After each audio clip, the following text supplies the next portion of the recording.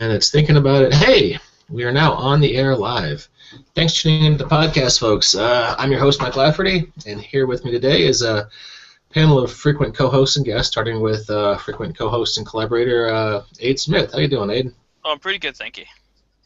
How are things across the pond this morning? Rainy and windy. So typical Wednesday. Yeah. Hey. Fine summer weather in England. And speaking of English, there is John Gibbons. How are you, John? I'm fine, thanks, guys. All good. All right. Let me guess. Also rainy and windy where you are, John. Believe it or not, yes. But then again, I do live in Manchester, which is renowned for being more rainy and windy than anywhere else. Isn't that right, Abe? Okay. Well, it's sunny and snowy here in Colorado, which is also stereotypical. So, and the legendary RPG figure Chuck Rice is with us today. How you doing, Chuck? I am magnificent. I am on vacation starting today, and I do not have to be back to work until Tuesday, January 5th.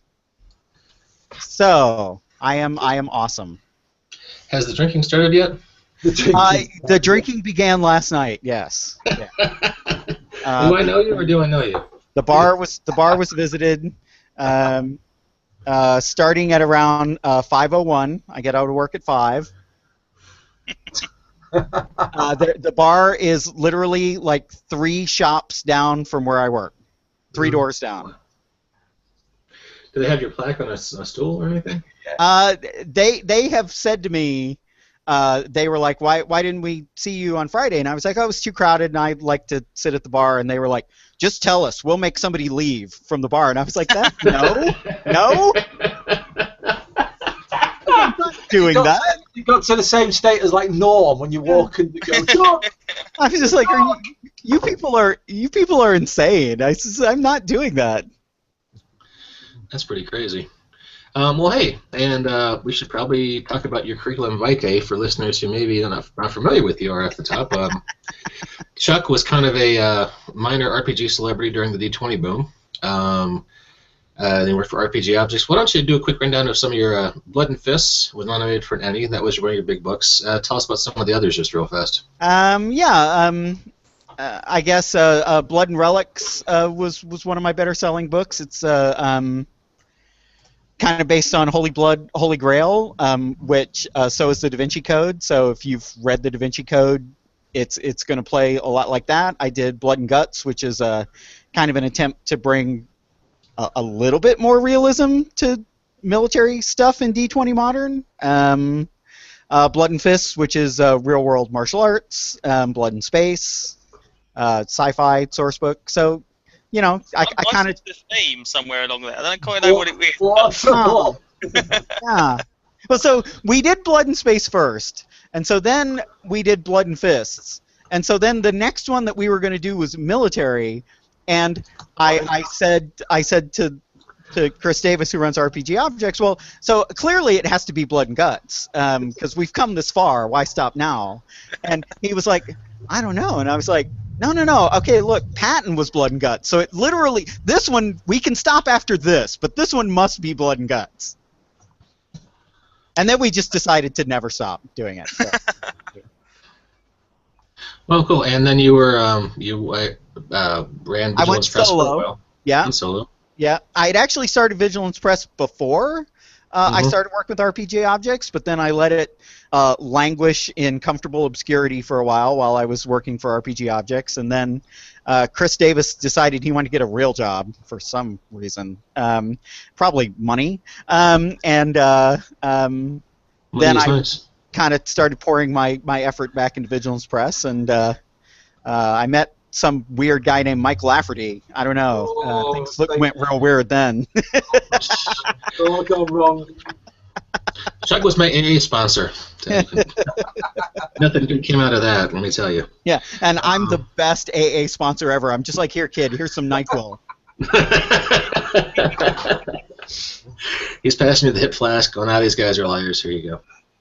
But anyway, Chuck is now gainfully employed in the gaming industry at Mayfair. Mayfair who Games. Produces makers of fine games such as The Settlers of Catan. Never heard of it. Exactly.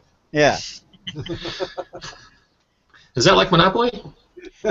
It's many reporters have described it as a cross between Monopoly and Risk, which boggles my damn mind. But they're That like, seems crazy. so there's money involved? No. There are resources. Okay, so that's basically money. And there's territory? It's like, well, there's an island. So Monopoly and Risk. No? That's just bad marketing, Chuck. They want to get rid of the person who's responsible for marketing in that business. Right. Unless we forget, Chuck's also responsible for the Cones of Dunshire, if you watch Parks and Rec. So.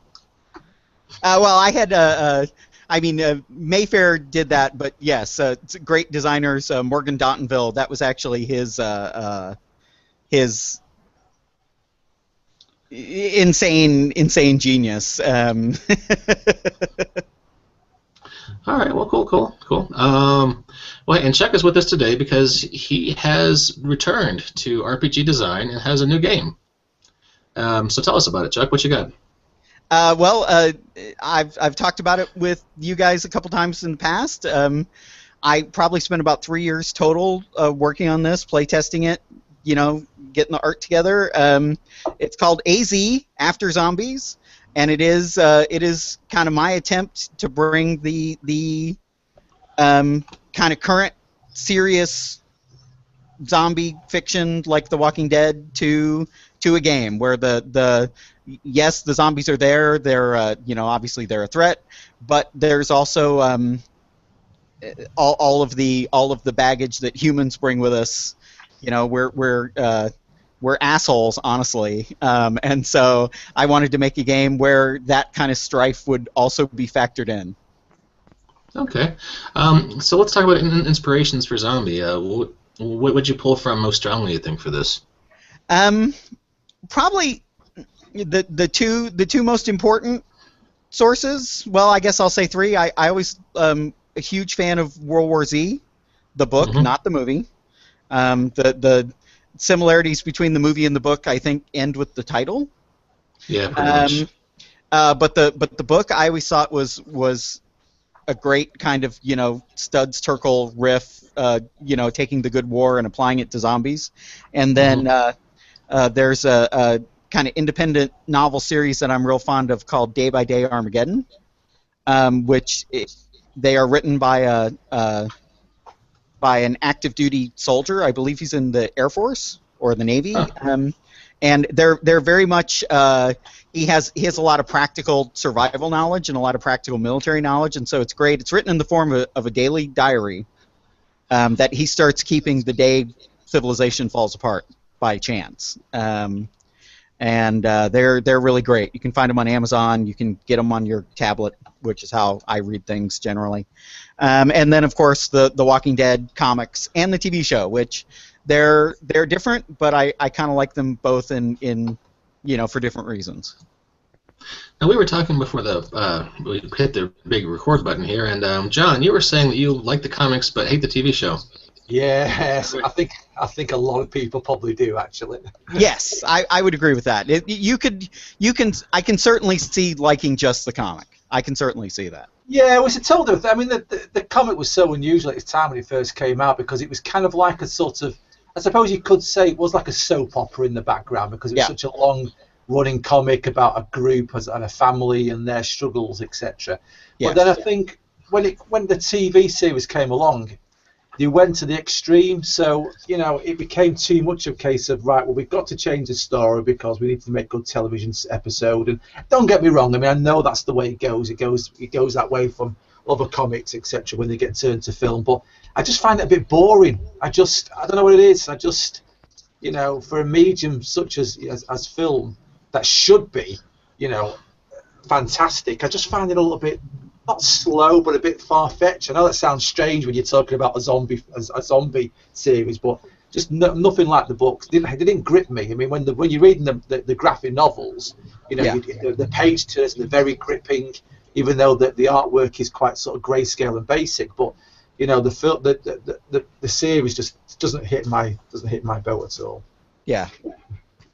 Well, and I think certainly from an art perspective, like The Walking Dead still does things like there will be whole panels that are just kind of focusing on you know, the emotion of a character as shown through his facial expression, and that's so hard. Like, so few comics can pull that off. Yeah, and I think also as well is, I mean, when you read the graphic novels book to book, you definitely see a serious decline in the individuals. Yes. And I know they're trying to hit that a little bit in the series, and I suppose there's only so much you can do if they're not method actors about losing weight and becoming more raggedy looking. But when you look at the stage they're at now in the series compared to the same stage in the books, they are vastly different individuals to when they first started. And I don't think they've got that, apart from making them look a bit more dirty and getting a bit more crazy-eyed look, on the TV. I will say, though, one thing the TV series did that I very much appreciated was, I think there's like a 2.5 season span where the main character Rick wears the same damn shirt, and you can tell he hasn't watched it, and I'm just like, that's kind of beautiful. Yeah, just it didn't rock my boat at all. I did try to watch it. I think I watched the first sort of season and a half. And I know people will say to me, "Oh, you've got to watch the second or the third season. That's the best." But it's like, well, I've not got enough hours in the day to sit and watch, watch a TV series. Yeah, the first couple of years of that show were really rough. They had to really and it's weird to think about, but it took them a long time to figure out what the show was, which again seems weird to me because it's like, well, maybe look at the comic. Absolutely. Well, I mean, I've watched it. Sorry. No, hey, go ahead. I say I still watch it all. I've watched every episode since, and there's two things that bug the hell out of me about it, which is, apart from one season, unless I'm mistaken, it's been the first episode has been something like, let's go and find something. And they try and find it for the entire 13 episodes. They find it in the last episode, and it blows up, explodes, dies, whatever. And then the next season, it's like, well, that's over. Let's go and find something new. And that's kind of like the expanse of the thing. Yeah. And then this series just gone. The thing that's bugged me about that is that in most TV series, if you've got stuff happen simultaneously, you'll cut between characters. This series has been like, let's show all of the stuff from Rick's perspective, and let's show the same hour and a half from Glenn's perspective, and let's show the same hour and a half from. And so literally, the 13 episodes have been, or 6 episodes, whether we've had 8 episodes, whatever, has been like 2 hours worth of time that's happened for every single character. Right. And it's just like, what a waste of time. Yeah. It's so crazy. I think the problem they've got though is because obviously, when you're making a zombie film, you've got a very apparent end. Either the zombies take over or people kill the zombies, etc. But when they're kind of dragging out so long into this series, it's obviously making money, so they produce more series and more seasons of it. There's no end in sight, if you see what I mean. So it's not like you're getting to say the cure to the zombie plague or whatever. It just becomes a soap opera based around zombies chasing you down. Well, see, we don't know. We don't know how it's going to end, though, because Robert Kirkman, he has not, to my knowledge, told anyone. No, but you can do that. You can do that in graphic novel form because it's obviously a lot more stylized, a lot more compressed in the books. But when you're trying to drag it out in a TV series, that's why you get these. Well, let's do an episode on so-and-so's perspective. It's just because you can't get that. And they're so stupid. I mean, by now, you need to be dead or be shit out of surviving. And they still do these stupid things where you're going, what are you going in there for? Why are you doing that? That's what the TV. That's always puzzled me about some of the settlement they come across last series. It's like, so surely you've survived for the 2 years or whatever that's happened since it started, because obviously Laurie was pregnant with the baby, and so that's at least 9 months straight away there. So it's got to be 2 years. And so you're telling me that you're just sitting in your houses going, well, there's zombies outside, but I don't know what's going on. Ludicrous. That you should be able to survive. Everyone should at least be able to shoot a gun by now, for God's sakes, Yeah. I think the musical episode was probably a step too far. Absolutely. That'll be coming, don't worry. You know what? Someone will probably get a bump on their head, and they will, and they'll hallucinate. It was all a dream? Yeah. Crazy. Well, and the other thing that's obviously that they can't do on the TV show, in the comic, Robert Kirkman and his great artists have full control of time. So in a comic, for example, Carl is still quite young, whereas over the course of the series, like the boy that started playing Carl is a man now, and so they kind of can't fudge that, right? Like he's taller than the guy that plays Rick. Yeah, he's got a full beard, I think. So no, it's definitely a thing. I gotta tell you, I really miss Shane, though. I mean, as much as a questionable, moral person that he was, or whatever, he just he was interesting to watch. He became such a cartoon by the end, though. Well, by the end he was, yeah. But I missed that actor. He's going to be Punisher in the next season. He's going to be Punisher, yes. So, and I tell you what, he was really good in. He was really good in Fury. Yes. He's going to. That was him. Yeah. I think he's going to be a perfect Punisher. I really do. I hope so. Because Punisher's my favorite comic book character, and I'll shrivel up and die if he did it. Oh, so you're not a fan of the Dolph Lundgren? Yeah, great, yeah, fantastic. I mean, I actually preferred. I know a lot of people like the was it the Zane movie, but I actually like the one with the what's his name, the last one. With the Punisher Warzone. Yeah, Punisher Warzone. I thought. Yeah. Even though I wasn't quite keen on the guy who plays him, I thought the actual feel of it and the look of it was very good. It reminded me the most of the Garth Ennis Punisher of any of the movies. For my money, that's the best Punisher. There's no other superheroes. There's just that one guy. Absolutely. Illustrated by Steve Dillon. Yep, indeed. Speaking of Nazis, Dead Snow. For my money, that's the best zombie movie in the last 5-10 years. It is very cool. Yeah, very cool. No, I disagree. Is it zombies?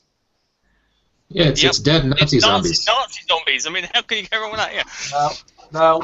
Best zombie movie last 10 years, Zombieland. Oh. Okay. Yes. All right. I'm not going to argue because I love that movie. Yes. So, I have a couple of nods to that in AZ, especially in terms of it really got me thinking of I guess it's Rule 1 in Zombieland, and that was when I was thinking about AZ, I definitely wanted to express the power of just running away, right?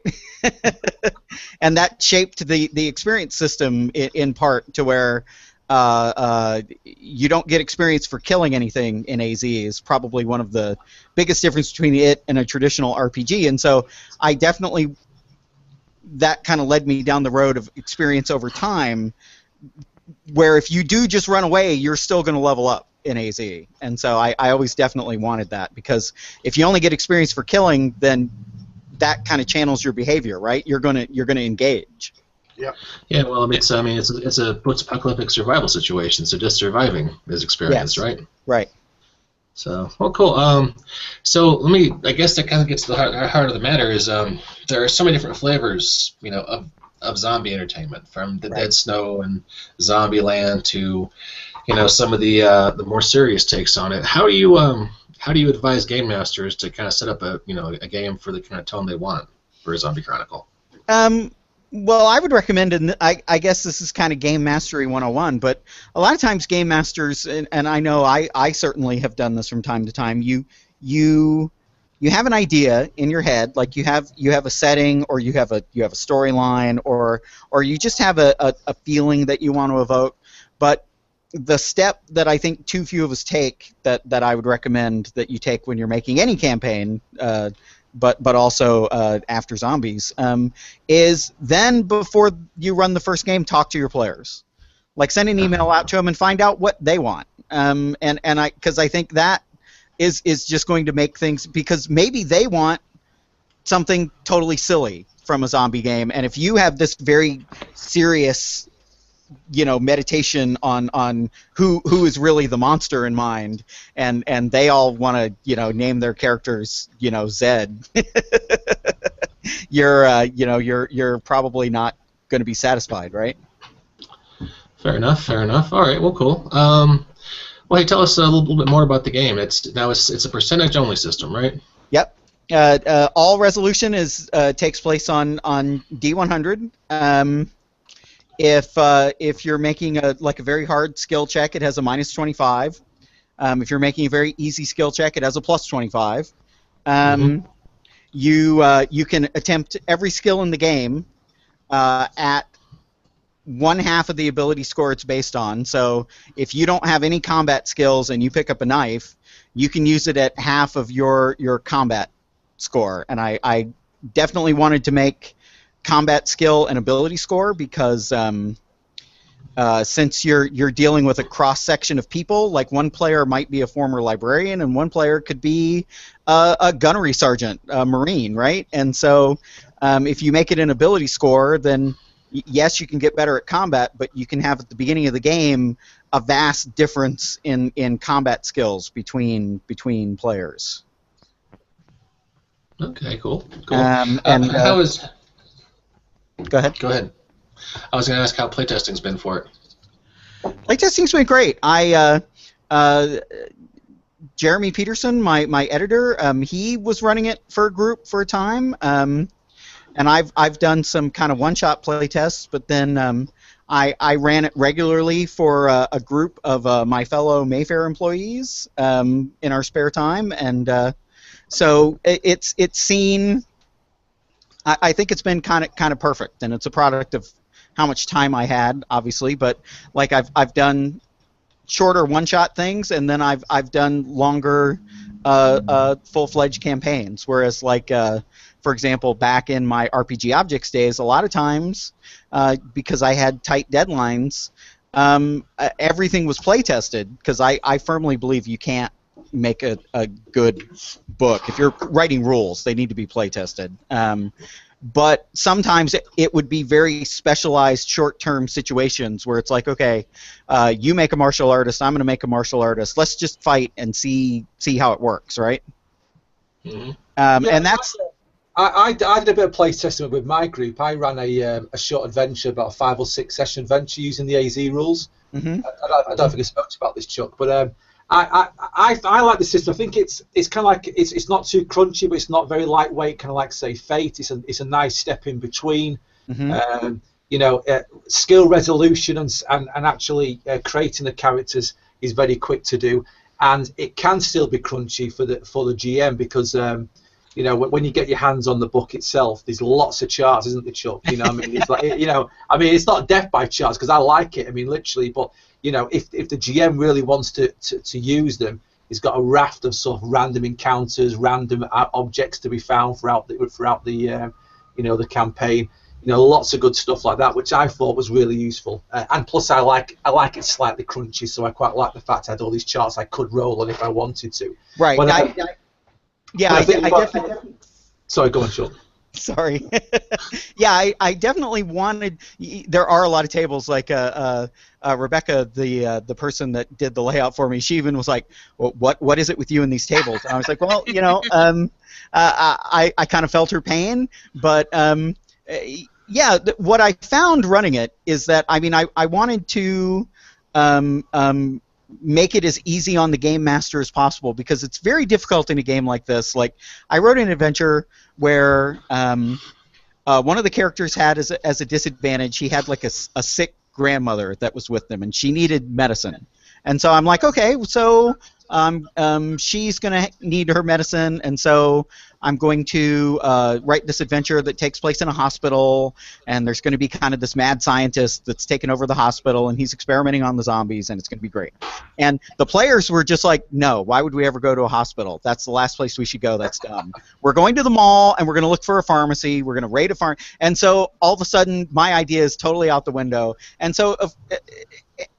And of course that's going to happen, right? Because the players, unlike in a fantasy campaign, they're much more aware of all their options. Yeah. And so... it just occurs to me, we never said this on the air. John Gibbons, the talented artist here on the podcast with us today, is the artist for After Zombies. Yes. Oh, well, and so, of course, he's an unbiased reporter of the book's quality, so everyone should listen to him when he says it's awesome. It's fantastic. Yeah, no, it's been a pleasure. It's good. I mean, I actually I downloaded the PDF today and printed it out in the print shop nearby, and it looks really good. I must admit, it's there's a good amount of images in there to go along with Chuck's tables. So yeah. Yeah. Talk about work. What was it like working on the art for this project? Well, it was. Well, I'd just come off the back of. I think I'd come off the back of the Extreme Earth project, and before Extreme Earth, I was working on quite a few sort of superhero things for you, Mike. So Fainting Goat. So when Chuck approached me and said, "Oh, I'd fancy getting involved with a zombie horror game," I sort of jumped at the chance because it was something unusual, and and also it's quite good because it's been a learning curve for me, because obviously to try and get myself away from that. I won't say four colour, but that more sort of like colourful sort of images that you might create for a superhero image. Yeah. To try and get it more gritty and sort of darker. So we made the decision to go for a full grayscale for like the chapter headings of the book, and I really taught myself a lot about using grayscale images and the values of a painting, which so it's been really helpful for myself in to the stage where I've actually started to now for future projects start to turn a bit more towards the black and white grayscale way with things, if you know what I mean. But yeah, it was a pleasure. It was really good fun. Plus I got to draw and paint lots of horrible bloody zombies with bits falling off them eating people's arms, and let's face it, what artist doesn't want to do that, so. Well, and John, I've always been a big fan of John's art, and so he was my first choice, and I knew I had made the right decision. I approached him about it, and he was like, "Well, I mean, I'm interested, but I think you should know, like, what you're telling me about the book. I think this art should really be hardcore and kind of disturbing." Now I'm like, yes, yes. Disturbing is good. Body parts falling off, yes. Yeah, and some of the zombies are quite unpleasant looking. I think there was one called the what's the one that eats other zombies? The glutton. The glutton. So I created this image of this glutton. So this zombie stooped over another zombie eating it, and I sent it to Chuck, and Chuck emailed back and said he couldn't look at the picture. The eyes would get freaking him out. Yeah, yes. So, well, that works. That works. Well, I think the first image you sent me, John, because I created the Facebook page, and you were like, "Here's an image like a banner for and it's just teeth with like blood," and I was like, it kind of freaks me out, but also I think that's perfect. Yeah, I gotta say I've been really impressed with all the art I've seen for this project. I haven't had a chance to look at it yet, but obviously I like Chuck's writing, but I'm really looking forward to seeing all that John Gibbons eye candy when I get a chance to sit down with it. Yeah, it's good. Yeah, I thought about doing any T-shirts or prints of this stuff because some of it looks really gnarly. That's an idea. I'm looking at John's image at the shooting range. I think that would work. Yeah, it was quite good because, like I say, Chuck gave me a lot of freedom, artistic freedom. So literally, it was a case of, okay, John, this chapter is going to be called Survivor Enhancement, or exploring the city, whatever, and that was it. And I just, so it was quite nice to be able to think, okay, I need to capture a half-page, great-scale image that takes that into account and sort of tells a story. So yeah, it was pretty good. There was some interesting choices of artwork in there that seemed to work, Right. And then, I mean, I kind of believe in that, right? Like, Mike, we've worked together. It actually frustrates some experienced freelancers that I've worked with, that they're like, what do you want from me? And I'm like, well, I want what you want to do, right? Someone described my company. Someone said to me once, "I don't think you're running a company here, Chuck." And I was like, well, what the fuck else am I doing? And he said, "I think it's kind of a hippie co-op in a way." And I was like, you're saying that like it's a bad thing, but I mean, I'm kind of okay with it. Yeah, I've come around that line of thinking. I used to be a lot more specific in art direction for projects, but as I've gotten older, I've realized that if I hire good artists like Mr. Aid Smith here or Mr. John Gibbons, right, and just give them kind of a loose, basic idea, kind of let them do what they do best, usually the result is both faster than better, and better than if I was micromanaging the art process. So yeah, I definitely take after you these days in that respect.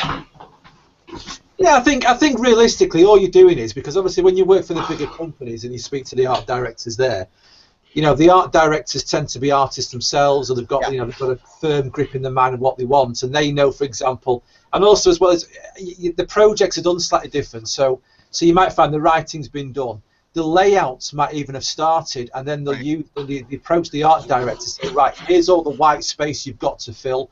That's where you need a quarter-page illustration. That's where you need a half-page. Off you go. So the art director will read that page, and let's say, for example, it could be a page about picking locks. Well, it's quite straightforward. You need a picture of someone picking a lock.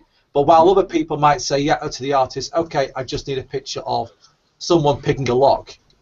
Other art directors might go to the extreme and say, right, I want a halfling balanced on a beam overlooking a door, reaching down. And that's fine. That's fine, as long as you allow a little bit of flexibility. I mean, you would work up thumbnails to send to the art director, and you would have your favourite that you would secretly hope they choose, But it's always nice to have a bit more freedom when it comes down to it. But some art directors for the big companies don't like that, and that's what they pay the money for, I suppose. Yeah, well, sure, yeah, and of course they have different requirements. I always was working on shall we say the low end of the industry, and so for me, I always assumed that that people were doing it because they wanted to do it, right? They're excited about it. None of us are doing it for the money, or else we're idiots. Yeah, absolutely, yeah. Sure, you want to get paid for your time, yes, and that's of course reasonable. But I'm saying you could do almost anything else and make more money. So if money is your motive, so I tended to try to appeal to the other side. It's like I want to see what you want to draw. Yeah, because you're interested in the final product, which is like your baby. So it's kind of like I was a bit the same with Extreme Earth, where I had the visuals in mind and I created the art, and it was great when Joe Bardell sort of came back with the writing, because it gives that. Because suddenly you're not just the creator, but you're also a customer. You know what I mean? You're also like a spectator. You're also someone's pleasure from somebody else doing something in your universe that makes it better for you, if you know what I mean. Yep. So as a writer, it's great to see unusual art come through where someone's got their own visual picture of your world. Well, as an artist, it's great to see a writer coming forward with bits that your artwork stimulated. Yes. Yeah. I was on the there was a Q&A panel I was on for AetherCon a couple weeks ago, and they were asking me why I got into publishing, and it was wow, we're getting way the fuck afield from talking about zombies, aren't we? But he was like, why did you choose to do this with your spare time when you could be, go-go dancing or canoeing or hunting or anything else? And I was like, well, I wanted to produce games that I was proud of. And I found that when I was freelancing for companies that didn't involve Chuck Rice, my first couple adventures in freelancing, you get a book that comes out with some layout that looks like it was done by maybe not the person you would have chosen, and maybe they got some stock art that's been used by 100 products before yours, and it's not a book you want to show to anybody. Nope. Yeah. Working with Chuck and you guys, and eventually work with my own company where I work with John and Aid extensively. You get to create products where you like the writing, you like the layout, you like the art, and you're producing things that you're proud of that you don't feel like you got to hide, on the bookshelf. So, right. Especially when you're effectively, it's a hobby industry for you at this point because you're not wizards, you're not Green Ronin. It's you want to make things that you feel good about, and So that's what I would say on that. Hey, back to zombies. Aid, favorite zombie movie? Crikey, the second Romero movie, which is that Dawn of the Dead. Dawn of the Dead. Yes. There you go. Dawn of the Dead. It's got blue zombies in it. I mean, what's that? What's that about?